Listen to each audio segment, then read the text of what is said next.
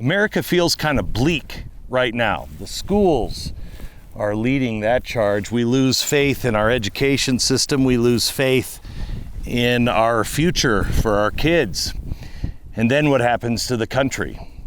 There is a real problem that, thank God, the pandemic exposed. And that problem is our schools and our teachers' unions. More specifically, the Department of Education. Because right now, what's happening in our schools is madness.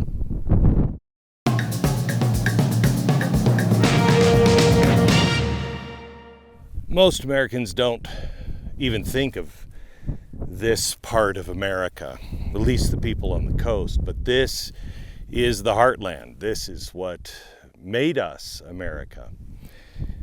And then there came a time when the industrial age began and we started building factories, and we needed workers for those factories. And along came a man named Horace Mann.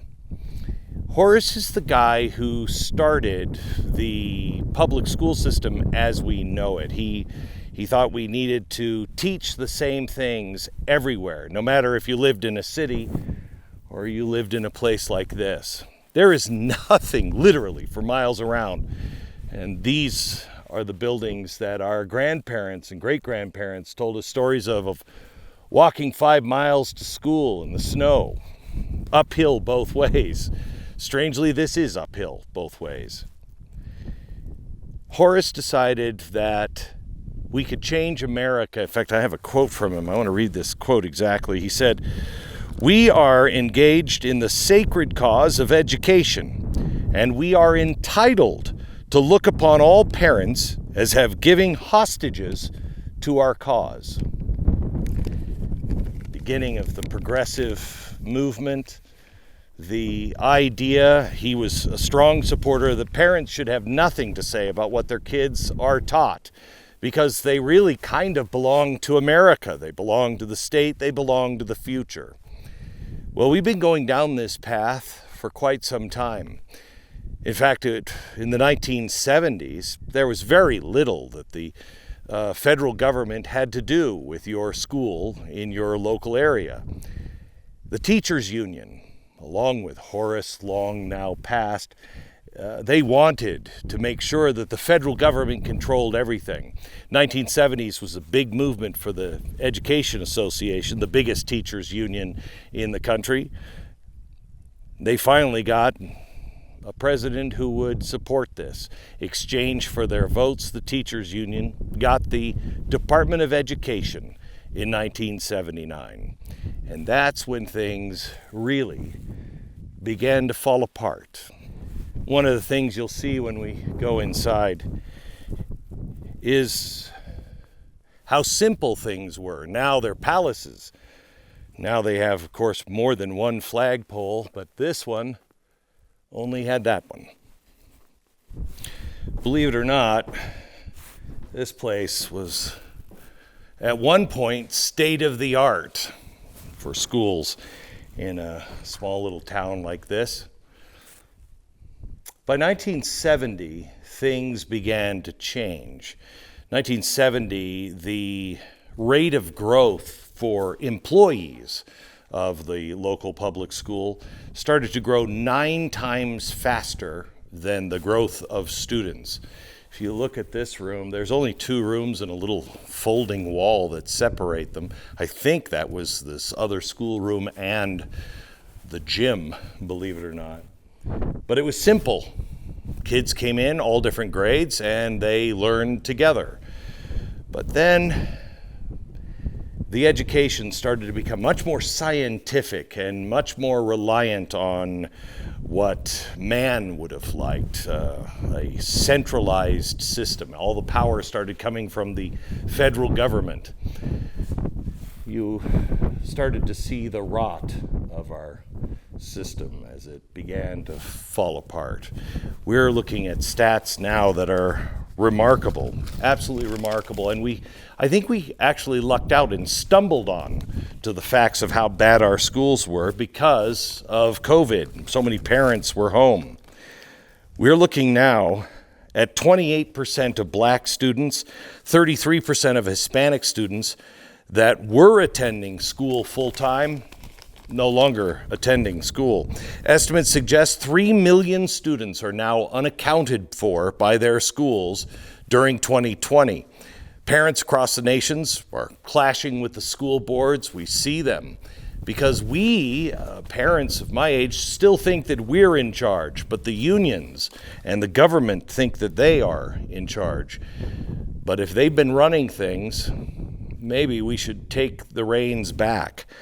Even before the pandemic, American 13-year-olds had the first recorded decline in math and reading scores in a 50-year period. That's the only period that we had been recording them. No student group of any age or any ethnic background saw that performance improve since 2012. Most saw declines. Federal spending per student is through the roof, and our government still hasn't learned its lesson about money, that money doesn't make things better. The elementary and secondary school emergency relief aid, Congress passed that. That was $200 billion. Are our schools getting better, or are they getting worse? And yet, through all the spending, all the things that we have done, according to the International School Assessment, U.S. students didn't rank in the top 10 global for any subject tested. Our schools are decaying and rotting from the inside, and we all know it. And it's only a matter of time before these beautiful palaces that we have built all begin to fall apart. And the American dream is lost, and all of these beautiful palaces become nothing more than a shed for the animals to live in.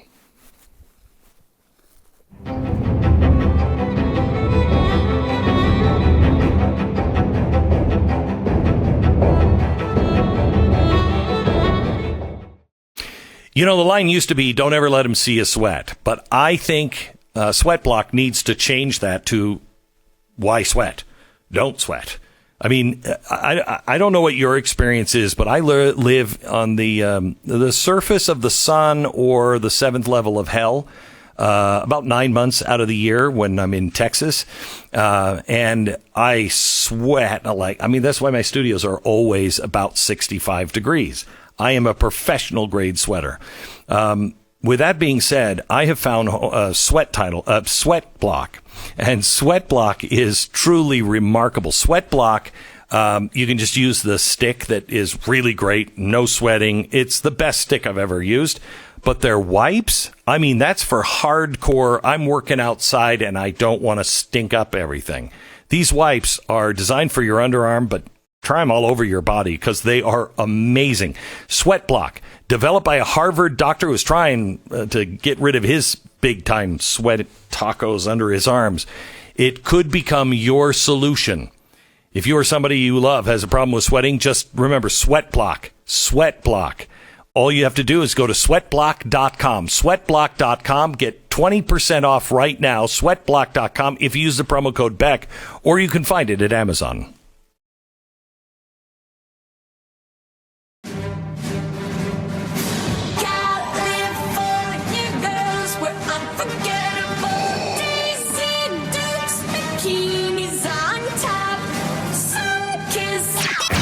Decided to come out to my kids and just read him a book about this teddy bear that kind of comes out as a trans girl. It truly felt like even kids can understand it. I pledge allegiance to the flag of the Afro-American people. I totally get that.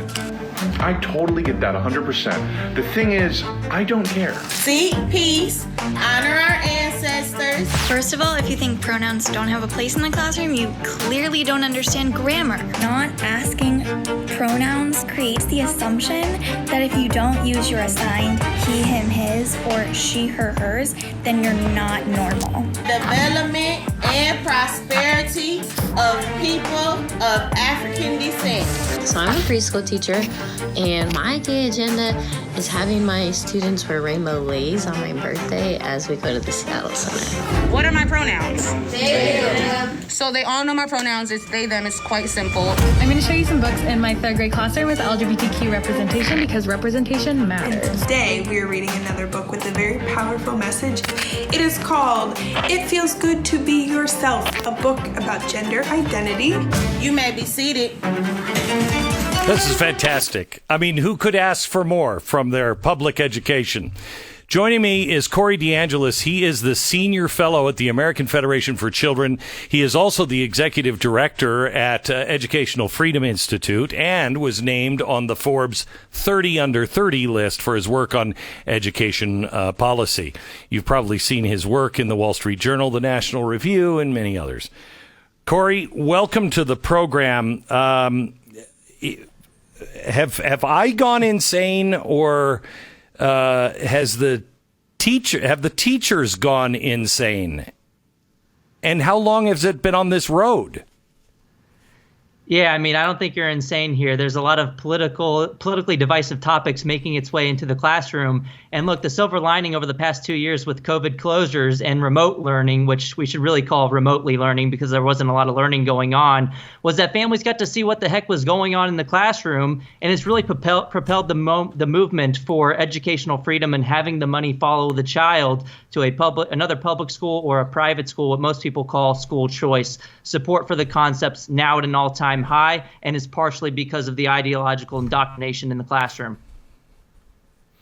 All right, so let's go back and first let's look at the 1970s when the teachers union really started to put a chokehold on things, and then 1979 you had the Department of Education. Have things gotten better or worse, and how much money are we spending to get the results? I mean, we're spending so much money. We've thrown more and more money at the problem without any improvements in outcomes. You can look at the Cato Institute chart, for example, from the late, great Andrew Coulson, where we've thrown more and more money at the system, but the nation's report card results haven't gotten any better. They've been essentially flat over the past several decades. And if you look at data from the National Center for Education Statistics, for example, since 1970, per pupil education expenditures in the United States government-run schools have actually increased by 152% in real terms, but teacher salaries have only increased by about 8% over the same period. So teachers' unions haven't even pushed for policies that benefit individual teachers. People like Randy Weingarten, who make over $560,000 a year, according to the latest data, they push for putting more people into the buildings and more administrative bloat and staffing surges, which is great for union bosses because that means more dues-paying members and a larger voting bloc so they can push for their political nonsense into the classroom. And we've seen that it hasn't really done anything to improve real educational outcomes. So I want to just go to a tweet that you had tweeted a while back. Inflation-adjusted education per student in the U.S., a 298% real increase, inflation-adjusted, since 1960. It's almost unbelievable. Yeah, since 1960, 298% increase in real terms. Since 1970, it's gone up by about 152% in real terms. So when you hear people say we've been defunding education for years, it's a total myth. Even after you adjust for inflation, we throw gargantuan amounts of resources into the schools and to the districts, but it doesn't make its way into the classroom. So we have been defunding education in a way in that we haven't been putting that money towards education. It's been going towards indoctrination. And the only way to fix that is to provide real bottom-up accountability, to have that same money follow the child to wherever they get an education. That would provide competitive pressures for the government schools to do a better job. I'm looking at some stats you sent me. The number of students and teachers in public schools have increased by 8% since 2000. The same period, number of principals and assistant principals have increased by 37%, and the number of administrative staff has increased by 88%. Yeah, so I mean, this is the same trend over several years that we see more people into the system, even though the number of customers into the education system hasn't increased by nearly as much. And there's been another report by Ben Scafferty, is a professor at Kennesaw State University, and he looked at the period between 1992 and 2014, proving that this isn't just like a one-time blip if you pick certain years and certain time periods. It's happened over decades now, and he's found that per pupil inflation-adjusted education expenditures per student during that period increased by 27%, while teacher salaries actually dropped in real terms by 2%. And he found that between 1950 and today, the number of non-teaching support staff and administrators increased by about 7 times the rate as the number of students. So it's just a jobs program for adults as opposed to an education initiative for kids. Is this because of the Department of Education and all of the rules and regulations and all the everything that they've done, or is this just job inflation? Well, it's a couple of things. It's one, it's centralization created by the Department of Education at the federal level, which shouldn't exist. It should have never been born in 1979. The word education isn't found in the U.S. Constitution. Nope. So that's part of it. But then also, even if you abolish the Department of Education, we have to take it a step further to centralize all the way to the most local level of control, which is the individual family unit, and to let them vote with their feet to education providers that best meet their children's needs. It's interesting that you would say it's not found in the Constitution. In fact, anything that's not found in the Constitution falls under the 10th Amendment, which means if that's not specifically outlined in the Constitution, the federal government has no right to any of it. So you don't find education, school, anything in the Constitution, which means the 10th Amendment insists that it is a state, not a federal government. But it doesn't seem like anybody cares about the Constitution anymore. No, and I mean, we just had a Supreme Court case yesterday, which thankfully ruled in favor of religious liberties and parental rights in education, saying that if you're going to have a school choice program, you can't discriminate against religious families or religious institutions. That should have been a unanimous decision, though. But it went 6-9 with the liberal judges not siding with the Constitution or precedent on the issue. But at least we have some people who understand the words in that document. So, Corey, help me out, because I think most Americans feel like we've known that school scores were down and that children's education was not the greatest, and we knew there was, liberals, et cetera, et cetera. But we've gone from liberals to absolute whack jobs.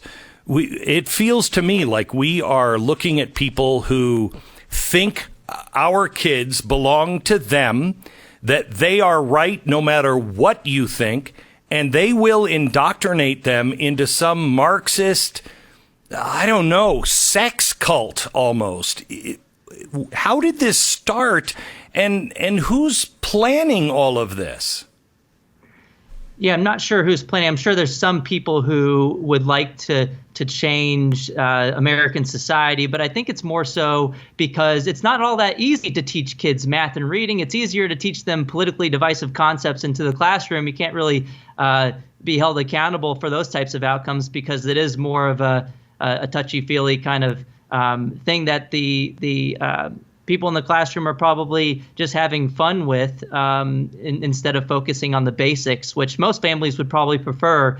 And I think, again, with the funding following the student, the public schools would have a stronger incentive to focus on the basics because it would be a problem for customer base to focus on politically divisive topics for whatever reason, whether it's if it's too far right or left, it would be in their incentive to focus on stuff that doesn't piss off half their customer base.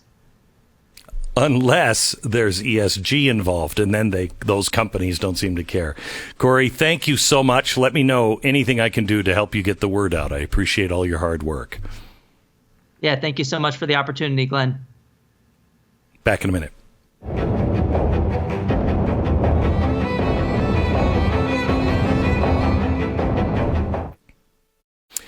I just read a letter on radio today, a testimony of somebody who said that they were trying Relief Factor, and they didn't really have an awful lot of hope. And in the last 2 weeks, the first 2 weeks they tried it, they said their pain is already lessened so they can sleep at night. And it almost brought me to tears the way this person was like, just this is a miracle. Thank you. Try Relief Factor. If you are in pain, you can get your life back. I was right where that individual was, maybe where you are. I've tried everything. Nothing's going to work. And you start to just plan that my life is going to suck and it's going to go this way and I'm just not going to do those things. Well, it doesn't have to be that way. Please, the 3-week quick start. Just try it for 3 weeks. Try it. See if it works for you. 70% of the people who try it go on to order more month after month. I take it 3 times a day. If you want a drug-free, natural way to get your life back, try Relief Factor. ReliefFactor.com. That's ReliefFactor.com. There are ways in which you can do charter schools and create these kind of options, but what Betsy wants to do, what Ms. DeVos wants to do, and it's totally true, she has no connection to public schools. What she wants to do is actually just drain the public system of the dollars it desperately needs when half our kids are poor. Amen. Joining me now is the woman who was just accused of wanting to drain all of the dollars from the Department of Education. The former Secretary of Education, Betsy DeVos, for the past 30 years, she's been one of the leading voices in America for education freedom. She's also the author of a brand new book called Hostages No More, The Fight for Education Freedom and the Future of the American Child. Betsy, welcome to the program. How are you? Thanks, Glenn. Great to be with you. Good. So this is the same routine we hear over and over again, that oh, you just want to starve children. You just want to make sure that education is completely destroyed. I am all for the shutting down of the Department of Education because I think it is wildly corrupt, and it doesn't matter what you as the Secretary of Education says. They'll just continue with their agenda. Am I wrong?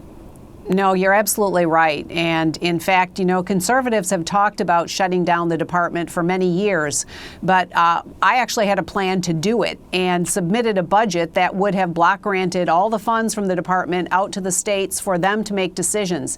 Decision making is best made at the local level. Decision making needs to be at the most local level, and that is with the family. This contention that we're talking about draining money from the system, it's not about the system. It's about individual kids, and we need to be supporting parents making decisions and choices for the right fit for their own children. So, Betsy, you just said, and I find this kind of surprising, you had a whole plan laid out, the block grants going to the states, so you weren't going to shut anybody off, no starving or uneducated kids. And I assume you turned that into President Trump. Why didn't you or he enact it? What happened? Well, it was debated a little bit, not very seriously, within the halls of Congress, and bottom line was there was no action taken. But the point is, there is a way to shut down the department and to ensure that the laws that the department currently is responsible for overseeing, protecting student civil rights and ensuring that students with disabilities get the supports they need. There are ways to accomplish that without having a Department of Education. So much of what goes on in those buildings is simply reorganizing and reshuffling money appropriated by Congress and then putting strings on it when sending it to states and districts. And it's where all of the overreach of the federal government enters into education.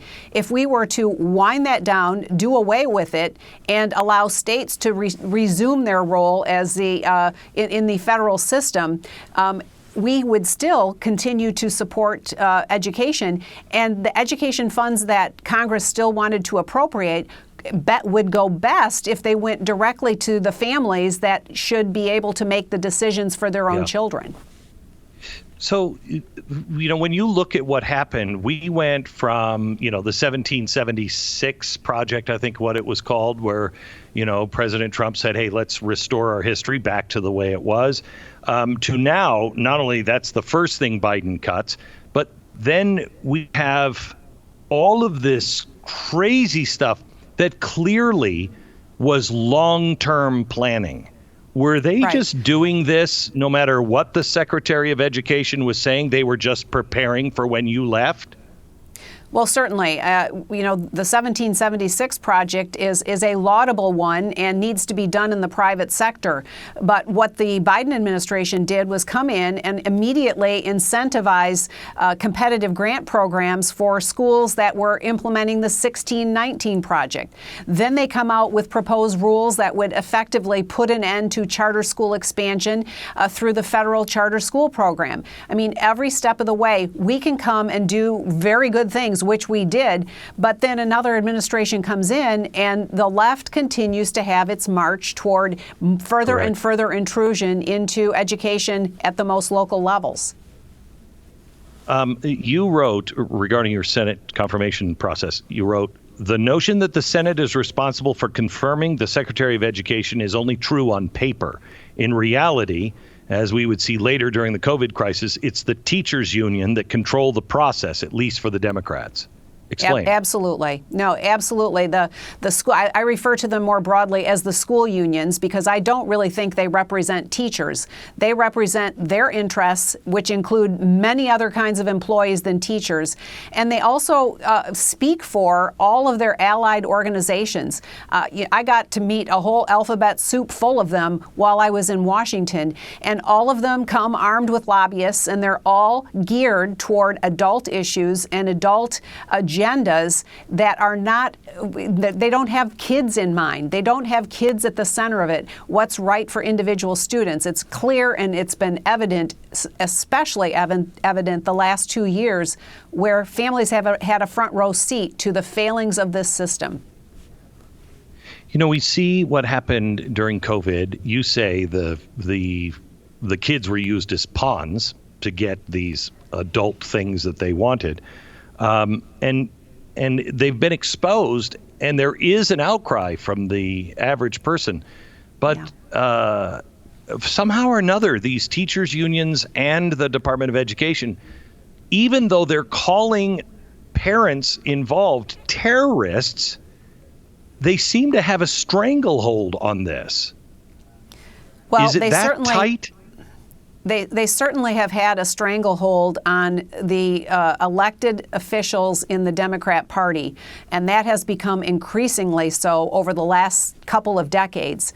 The notion that they have any objectivity is laid bare by the fact that 99.7% of their contributions, their reported political contributions, have gone to Democrats in the last cycle, and that's only what has been reported.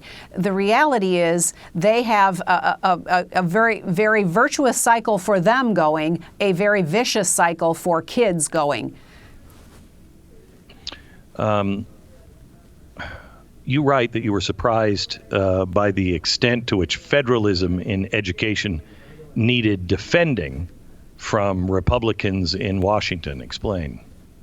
Well, there are many friends and fellows on our side on the Republican side of the aisle who talk about support of federalism, but then when it comes to a great idea they have about how we should get involved in this facet of education, then federalism seems to go by the wayside.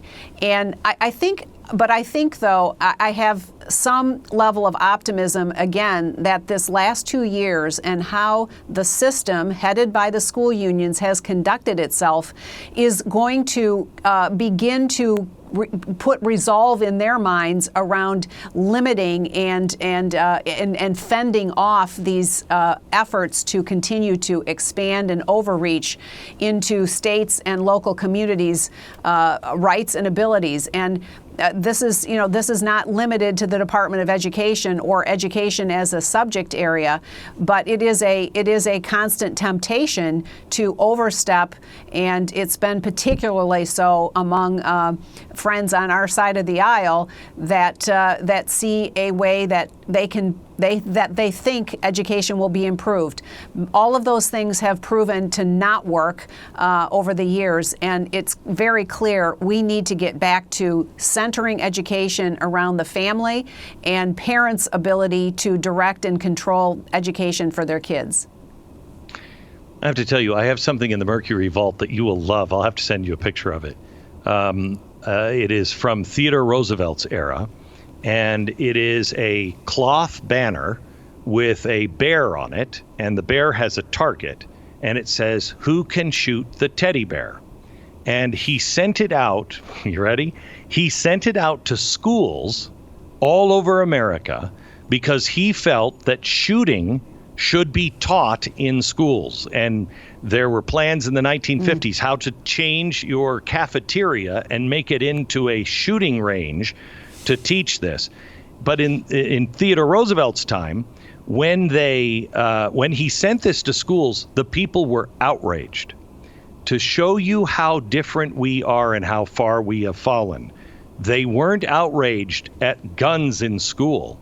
They were outraged that the president would dare send them something to try to tell them what they should do in their local schools. And the pushback was, if we want to teach guns and have a target range in our schools, we'll decide. The federal government has no business in our schools.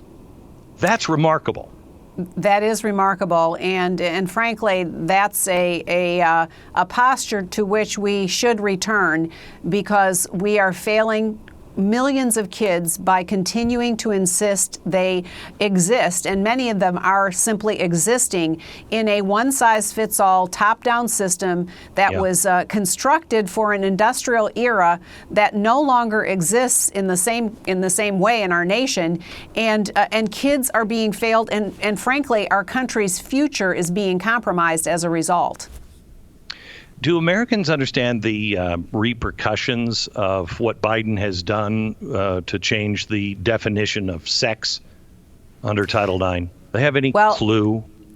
I think they are again beginning to wake up, and I think it becomes clearer than ever when we see biological males competing and defeating women's swimmers. And I was a swimmer. I was not a great swimmer, but I was a good swimmer. But I think about all those early morning practices, and would I have even pursued swimming if I knew that I was going to have to also compete with individuals who are biological males? I think common sense people are really awakening to this threat to the guarantee under Title IX that all individuals have opportunity to pursue education and sports. And this threat to women's sports is a very real threat, and it really is symbolic of the greater threat to to education opportunities. And I think people are awakening to it.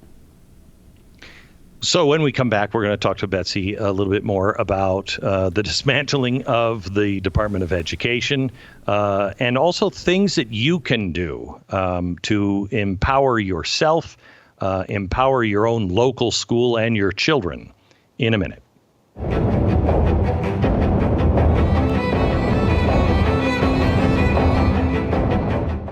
If you own a home or property, here are a couple of reasons you never want to become a victim of home title fraud. Number one, when a cyber criminal comes in and worms his way into your home's title, he will take out a loan after loan after loan using your home's equity. Then he's gone with the cash, leaving you to prove that you didn't commit the fraud. Number two, you could be a victim of home title fraud and not even know it for months. No agency will notify you. Nobody asks if your home is sold or you transferred or added somebody to the title. When you find out, it's when the collection calls start for loans. These loans that you never took out. Nobody knows how better to stop this kind of crime than Home Title Lock, America's trusted leader. Here's what I urge you to do. Go to HomeTitleLock.com. HomeTitleLock.com. Find out all about it. Read the testimonial from FBI agents. Then register your home address to see if you're already a victim. When you register to protect your home, there'll be a little space there to tell them that Glenn sent you. By the way, that way you can get 30 days free protection. It's HomeTitleLock.com. That's HomeTitleLock.com. How is the department supporting educators right now as they face this crisis? And what more should we be doing in this moment to protect educational equity? You know, there are many who want to win political points by creating division in education. What I say to the folks on the call and educators across the country, let's remember who we serve. Let's remember education unites. And let's control the narrative of what we're doing in our classroom to teach the correct history and make sure all students feel welcomed in our school. This is remarkable, Betsy, and I don't know if that scares you as much as I do, because I don't know who they serve. I don't know what their agenda is. They deny things that, they're clearly teaching, and then it comes out that, oh, yeah, we are teaching that. And to control the narrative, that's not a partnership with parents. No, absolutely not. And like we talked about earlier, the last 2 years have really laid bare the failings of the system, and parents are upset for a variety of reasons and with good reason. And they're beginning to speak up, whether it's at school board meetings or changing school board members or running for state legislature, supporting state legislative candidates, all the way up the chain in terms of elected officials who will ultimately make or change policy to support families and students versus a system. Betsy, I'm so frustrated with the Republicans because when the Democrats have a second, apparently they're with think tanks of scholars and everybody else, behavioralists, trying to figure out what all the levers of power are that they can change. I haven't even seen something from the Republicans like a contract for America. It's the easiest one to make right now. Give me 5 things you guys are going to do. We don't do it. Where is our side? Well, conservatives have to do a much better job of articulating what it is they're for. And top of the list right now, when you look at many different polls, is after obviously concerns about inflation and cost of living, but immediately thereafter is education. And this is the first time in many, many years that education has been up at the top of the list. And elected officials and those who are running for office had best pay attention. We've had primary races in a number of states in the Midwest in the last few weeks where candidates who are supporting the notion of education freedom, where families decide where the resources spent on their child go for their child's education, has been a key issue, and candidates who are openly embracing that are winning. Okay, so let me go there, because the Supreme Court yesterday, 6-3, said it was unconstitutional for the state of Maine to discriminate against religious schools by denying students the use of state tuition assistance program, which makes total sense. But this is a win. Does this help us move towards educational freedom? Absolutely, it does. It's another strike at the awful Blaine amendments that today are in 37 different states. And what it says is the court is not going to tolerate religious animus. And they have consistently said that in the last 3 cases that dealt with this issue more broadly. They've also said that in programs like the one in Maine, where parents and families are making the decision, the government has no connection to that. And so it really strengthens the arguments that every state has to pass programs allowing for a lot more freedom for families. So I know that the Biden administration just put something in, and I don't remember which agency, but they're running things through the agencies now, not through Congress. they put something in where charter schools are okay as long as the charter school gets the permission from the public school, which they're competitors. And the idea, I mean, I haven't sent my kids to public school because I just don't like what they're teaching. But it galls me to death that I am paying for things that, not that I'm not using. I've done that my whole life. I mean that I'm paying for something that I think is dangerous to our children and the future of our country. It galls me to death. I want a voucher system or whatever it is where that school that is failing, it's punished by lack of funds because they stink on ice. No, absolutely. And this is again an example of how important the federal level is. This is a proposed rule by the Biden administration to essentially shut down the expansion of charter schools. This should not be the purview of the federal government. And in fact, this is one of the few programs that has actually been value added. But my argument goes back to the federal government shouldn't even be involved in these things, period. And where we are investing in education, we should be giving those funds directly to families to make the decisions for their children. They're going to demand the best for their children, and they're going to expect better than what they've been able to get by assigned schools. You've written that there's a problem with the voucher label when talking about school choice or educational freedom. Why, and what is your definition of educational freedom? Well, a voucher is a mechanism for giving parents choices. I like to refer more broadly to the term educational choice, which I use the metaphor of a backpack. Kids go to school with what they need in a backpack on a daily basis. We should metaphorically attach all of the funds that are already being spent for that child's education.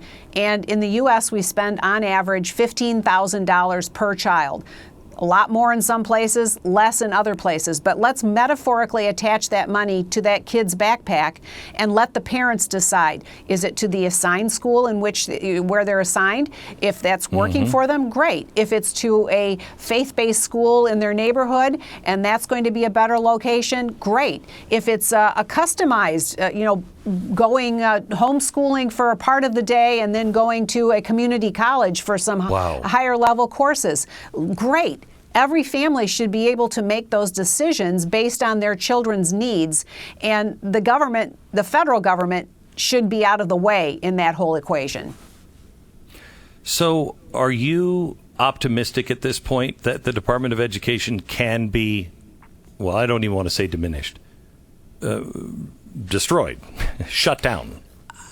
I think there is absolutely a way to do it. Like I said, we put forward a proposal that would essentially accomplish that. Another area that the department currently has responsibility for is the federal student aid. Basically, one of the largest banks in the world. The federal government has no business being in the student lending business, and that's been evident since it was federalized in 2010, and the cost of higher education has absolutely skyrocketed. And the amount that students are taking out in student loans has continued to escalate. I mean, these are areas the federal government cannot operate things like this well. They've demonstrated that regularly, and this is an area that can be devolved back to the private sector exactly where it should be. So what are the practical things that, if I'm watching this and I can't homeschool my kids, and I just want the madness to stop, what are some practical things I need to do? Well, the first thing is make sure you know who you are voting for and supporting for all levels of government, starting at the local level, starting with your school board and going to your local legislators who are going to be voting on policy matters related to education. Support those who are going to support your freedom to make those choices for your children. And talk about it with friends and neighbors. Talk about how you're going to accomplish what you want for your child, and share ideas with your friends and neighbors. perhaps there's a few of them that might like to start a school together. And maybe you can't contribute your expertise or time, but you can contribute your child to being a part of a small homeschool consortium. But first of all, the policies around the money that's already supporting education, and we spend $750 billion a year on K-12 education alone in this country. The money that's already being spent needs to be given or designated to the families to be able to decide the best place for their kids to learn. When that happens, we're going to see the greatest creativity and entrepreneurship and ingenuity that the American people have long demonstrated, really orienting around different opportunities and learning experiences for kids across the country. I have 1 minute, so I want to ask you a question. Do you think, because it'll be probably one of these two, DeSantis or Trump, do you think either of them would really pursue this with all the vigor and get it done? Well, first of all, both of them, I obviously went to Washington because the president supported the notion of education choice, school freedom, right, education freedom. And clearly DeSantis in Florida has continued to build on the great work of the governors before him and the legislatures before him.